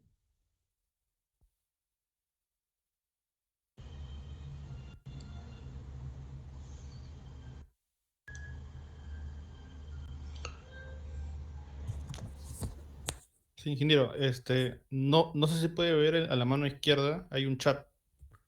Ahí tiene varias preguntas. Ya, acá, uf, cantidad. Sí. Cantidad. A ver quién es acá. A ver, empecemos por Temi. Claro, el Aldicarro la marca comercial es Temi, ¿correcto? Franz Cayetano Montoya, el azufre. ¿Me podrías especificar mejor cuál es tu pregunta?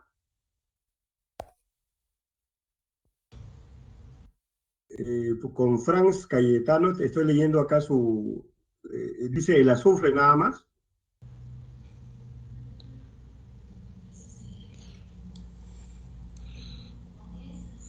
Pedro, hay algunas preguntas un poquito más concretas mientras trabaja Franz en su pregunta. La de William Díaz, por favor. A ver, acá hay otro. Bueno, Carlos Cabrera habla de Paratión. Ingeniero. Sí, dime por favor. Ingeniero, ¿qué tal? ¿Cómo le va? Buenas noches. Le saluda Fran Montoya. Fran Montoya, me parece que te conozco. Guaral, Sí, ingeniero. a la orden. Tengo 200 años. ¿Qué tal? Ingeniero, la pregunta iba sobre el tema de la presión de vapor. Usted ¿Ya? comentó que el clorpirifos tiene mucha presión de vapor, pero yo quería hacer la consulta. Usted sabe que nosotros tenemos una zona de cultivos de cítricos donde se utiliza mucho el azufre. Supuestamente se utiliza en las épocas entre enero y marzo por la alta temperatura. ¿El azufre genera una alta presión de vapor? Muy buena pregunta, muy buena pregunta. Ya, a ver, hablamos de clorpirifos, pero no es que tenía una altísima propiedad de vapor, si podemos exagerar así. No es tanto como eso, sino que su presión de vapor es quizás superior a muchos de los plaguicidas convencionales que tenemos. Eso para aclarar. Ya, lo que pasa con el azufre no es que tenga una alta presión de vapor, sino que con el medio ambiente el azufre se convierte en SO2. No sé si hasta ahí Entonces, como ese SO2 ya cambia su forma, su composición, y se volatiliza. Entonces, y eso ocurre con altas temperaturas.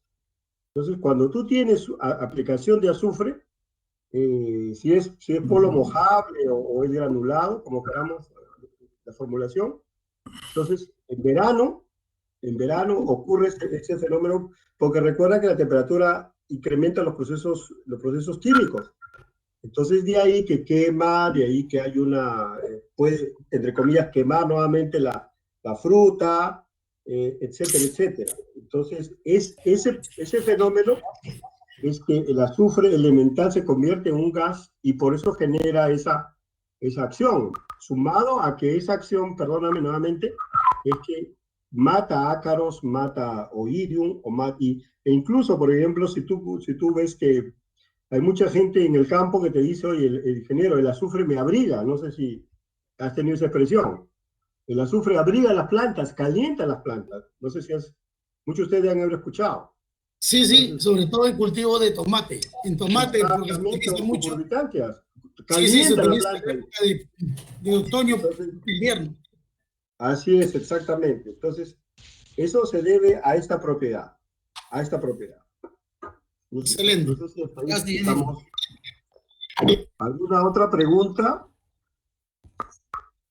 Jorge dice, neonicotinoides, claro que sí, sí, creo que tienen ustedes. De los grupos químicos los vamos a hablar de aquí a de esta sesión a la siguiente, creo, si más, perdón. Sí, lo vamos a ver en la sesión 4. Sesión 4, vamos a hablar.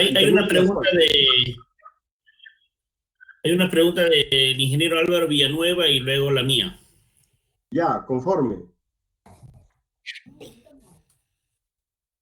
Lo escucho. Escrito. Ahí en el chat se refiere. Perdón, no. Álvaro Villanueva, ya. Bueno, Álvaro, un gusto. Dice, ¿de qué aspecto depende la mayor o menor cantidad de metales pesados en un plaguicida? A ver. Sí. Mira, también lo vamos a ver, pero puedo adelantar. A ver, los plaguicidas, muchos de ellos, su fabricación depende del petróleo. Y obviamente dependen de solventes. Cuando hablamos nosotros hace unos minutos de la calidad de los genéricos, uno de los aspectos de la calidad es la presencia de metales pesados. Si yo tengo solventes, sileno, tolueno, y si tú ves la ficha técnica, por ejemplo, sileno, tolueno, hexano, etcétera, tú vas a ver que contienen metales pesados. Entonces, esa es otra de las características que hace la calidad de un plaguicida. Si yo voy a tener una mayor posibilidad de que mi producto tenga metales pesados, es por el solvente que se utiliza en el proceso de fabricación. A eso se refiere. Y muy buena pregunta porque la vamos a ver también en la otra, de aquí a 2 clases más. ¿Alguna otra pregunta? A ver quién falta.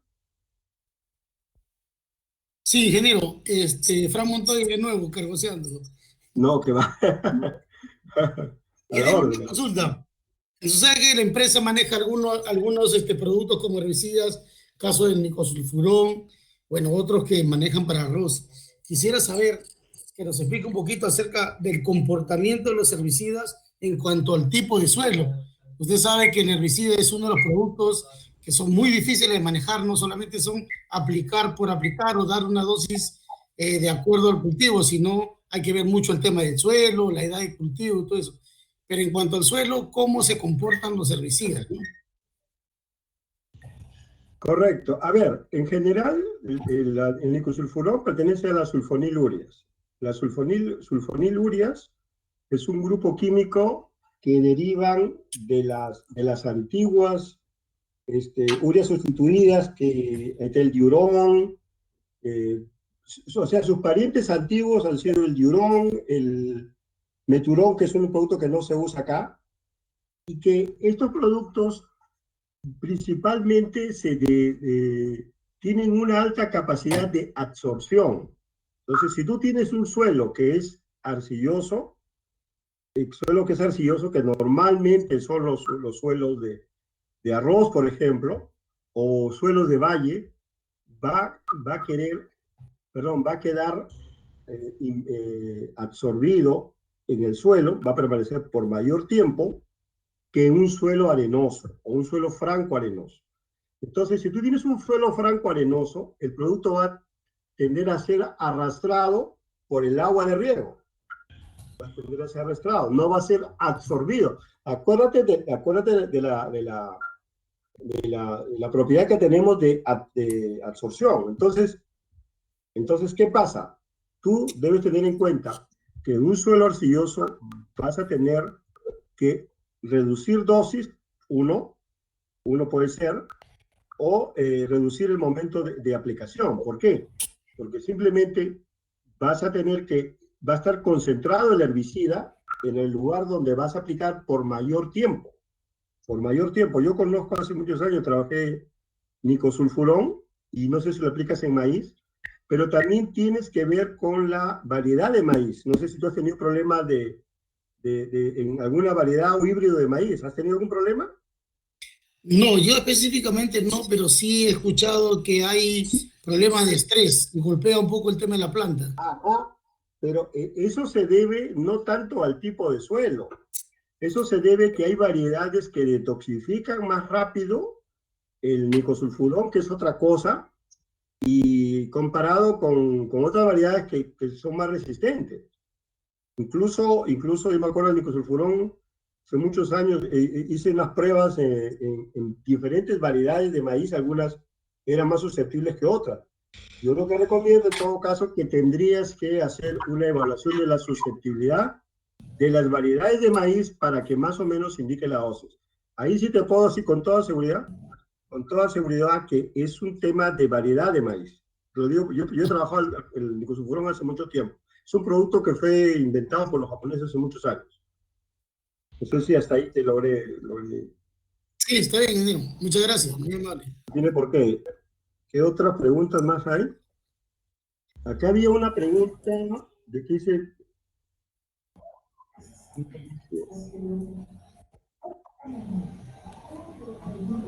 Está, por ejemplo, hay una pregunta, bueno, voy a responder todas, pero por ejemplo, acá hay una pregunta bien interesante que es de Jorge, en cuestión de plagas y enfermedades. Correcto. A ver, ¿perdón? Voy a contestar un poco lo de Jorge. A ver, ¿para qué nos sirve la propiedad del COU para control de plagas? ¿Para qué nos sirve? Mire, un producto que tiene baja solubilidad en agua, o sea, más en grasas o aceites, va a tender mucho más a penetrar la cutícula de los insectos. En el caso de los fungicidas, va a llegar mucho más rápido a la espora o al micelio del hongo. Por ejemplo, ¿por qué son tan efectivos los triazoles? Los triazoles en general no son muy solubles en agua. No son muy solubles en agua. Entonces tienden también por lo general a ser más eficientes por contacto. Por contacto. Esa es una de las características de los triazoles. Comparado con las estrobilurinas, que, bueno, ahí hay otro tema, pero igual, son mucho menos rápidas, si podemos decir así, que los triazoles. Eso se aplica tanto para insectos y se aplica tanto para hongos. Entonces, no sé si Jorge hasta ahí. Bueno, y por último, la solubilidad. Los productos sistémicos o los productos con alta solubilidad en agua no van a penetrar la cutícula de los insectos, por ejemplo, chancho blanco, querezas, mosca blanca, no van a lograr penetrar porque obviamente la cera no se los va a permitir. Entonces, quizás ahí, por ejemplo, ¿por qué es eficiente el Miracloprid para chancho blanco? ¿Por qué es eficiente para mosca blanca? Por su sistemicidad. Más porque penetran al cuerpo del insecto. Ustedes pueden, entre comillas, aplicarle al insecto, a un chancho blanco, y como que no va a haber un efecto tan rápido como una aplicación sistémica. O sea, a las raíces o al tronco, en todo caso. No sé si hasta ahí, Jorge, luego pude contar. Pude contestar tu pregunta. Claro, sí, pero Pablo, como me dijiste que lo íbamos a ver más adelante, la Perdón. dejé ahí, ¿no? Porque es importante, creo yo, ligar el portafolio a esas características intrínsecas de los ingredientes activos para poder enfocar cada ingrediente activo a cada plaga y cultivo en cada zona, ¿no? Y eso nos da mayor conocimiento y potencia para ofrecer nuestro portafolio. Claro, es un tema muy importante. Nosotros después de esta clase o de esto deberíamos estar en la posibilidad de interpretar muy bien la ficha técnica, la hoja de seguridad, y como les decía, en un momento yo voy al internet y me bajo las propiedades psicoquímicas y puedo decir, mira, mi producto tiene estas características y por lo tanto lo voy a usar de esta manera. De eso se trata. No es una clase no son clases para poder hacernos tener un tema de científico. Esta información sirve para eso, para manejar muy bien los productos. Otra pregunta que creo que ahí Carlos Cabrera está hablando. Los metales pesados, que ya lo contestamos.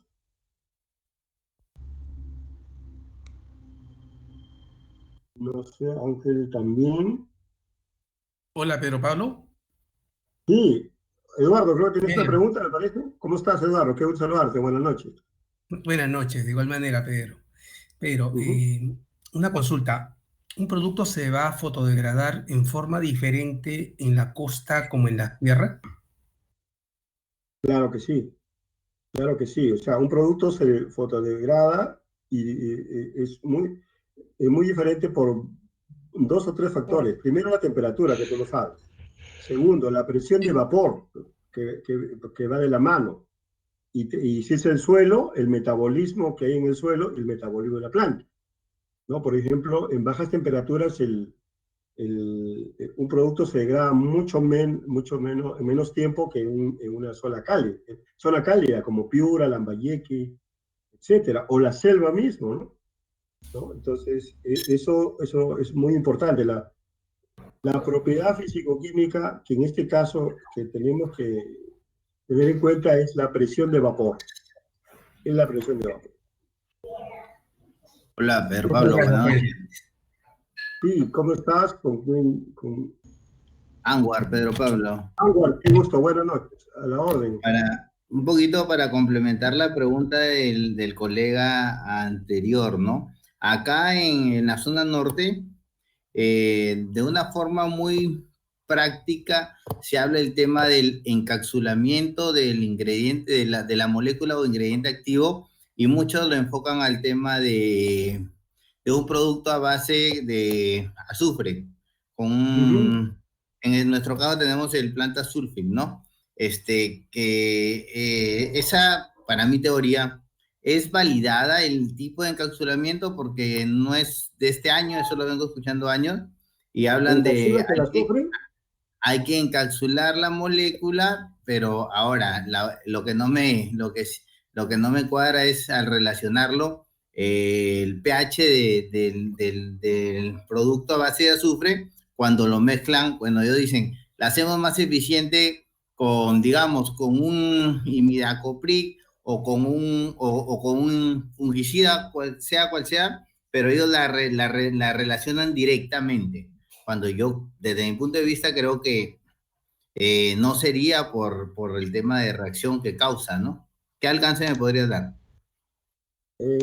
A ver, ese es un paradigma, como se dice, y es una verdad a medias, ¿correcto? ¿En qué sentido? En el sentido de que cuando yo utilizo un aceite y lo mezclo con cualquier producto, ¿qué es lo que estoy haciendo? Logrando una cierta, entre comillas, estabilidad de la mezcla. Es decir, y recuerda que muchos aceites que se venden en el mercado son emulsionables, ¿no es así? Claro. ¿No es así? Entonces, al ser emulsionables, te forma una especie de solución y en productos, acuérdate de la solubilidad en aceite, digamos que va a haber una unión relativa o temporal entre el aceite y el plancía, pero el plancía tiene que ser insoluble en agua. O sea, un imidacloprid no tendría o sea, no mejoraría el imidacloprid, mejoraría otros productos, un mancosé, por ejemplo, un polo mojable. ¿Por qué? Porque logra cierta estabilidad ahí y unión, pero esa estabilidad digamos, es buena siempre y cuando la apliques inmediatamente. Si uno deja más tiempo, va a haber precipitación, va a haber coagulación. Entonces, claro, y si lo enfocas más al gran problema que es acá, que son en este caso, los ácaros, ¿no? En este caso, una molécula como el etoxazol o una molécula como el espiroclofen o la abamectina. Por ejemplo, la abamectina es insoluble en agua. O sea, sí, por ejemplo, digamos, esa compatibilidad se daría más con concentrados emulsionables o productos que tienen aceite en su fórmula. Un concentrado emulsionable es una especie de aceite, un aceite que se le ha disuelto el ingrediente activo.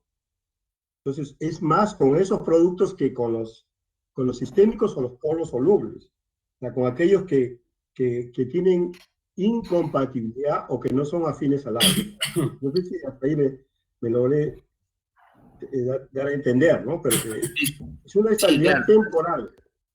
Claro, es una... nada más. Claro. Sí, la tengo clara. No es tanto.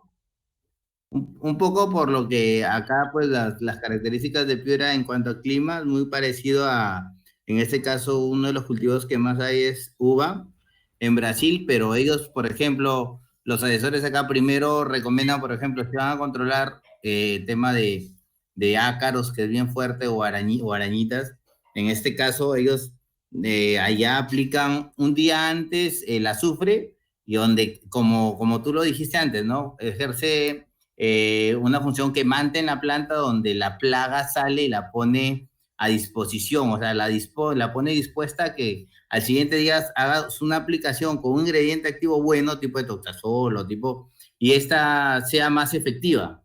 Pero ese tema, bueno, esa sí me queda clara, pero el otro tema de hacer el encapsulamiento sí como que no me cuadra en lo personal.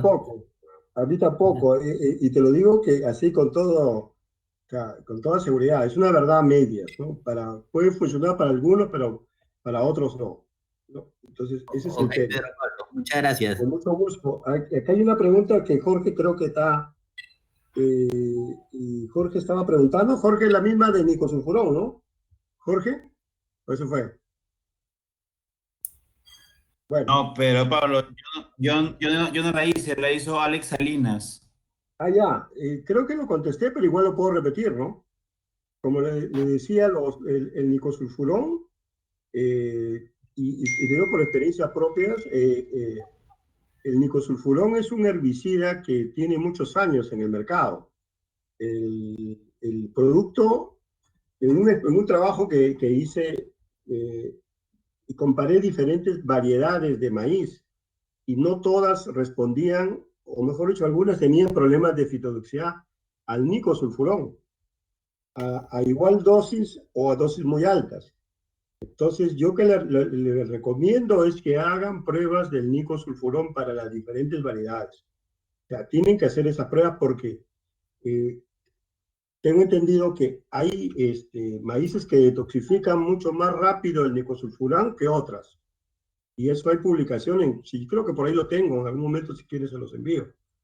Entonces, de ahí tema de dosis, porque puede ser que una dosis más baja no afecte tal variedad o tal híbrido, comparado con dosis muy altas. Ahora, y por el tema de residualidad, pues el nicosulfurón tiene muy buena residualidad debido a su baja solubilidad en agua, como toda sulfoniluria o urea sustituida, que se le llama a los herbicidas de este grupo, son productos que por lo general tienen muy buena residualidad o absorción en el suelo. Esa es la experiencia que te puedo comentar a ustedes. Y hay otras preguntas más. Es William Díaz, ¿no? William.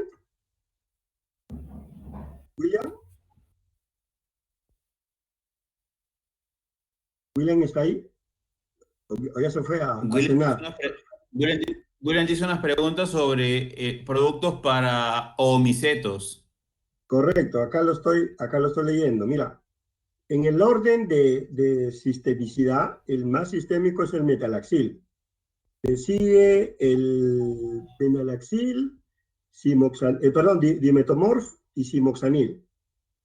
¿Por qué? En el caso del simoxanil se han hecho muchos estudios hace muchos años donde se ha visto que principalmente su efecto es de una sistemia local. En cambio, por ejemplo, el metalaxil tiene una alta sistemicidad por demás soluble en agua, etcétera, etcétera. E incluso hay en otros países formulaciones que se aplican para el control de pudrición radicular, se aplican al sistema de riego o inyectado a las raíces. Ese es el caso del metalaxil. Simoxanil no tanto. El venalaxil le sigue en ese orden, y el dimetomorf. Por eso que ustedes habrán podido apreciar que durante el dimetomorf se ha comportado muy bien para el hielo rancha en papa. Es el principal foco o principal cultivo donde se utilizan estas acetamidas que pertenecen a estos fungicidas. Después, ¿qué más tengo? Dice, creo que eso es todo. William acá está, ya me respondió.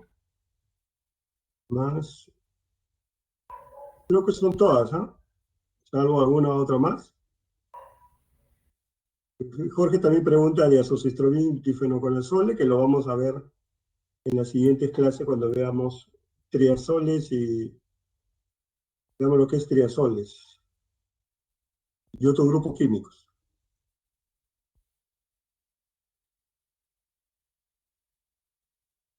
¿Alguna pregunta? ¿Algo más?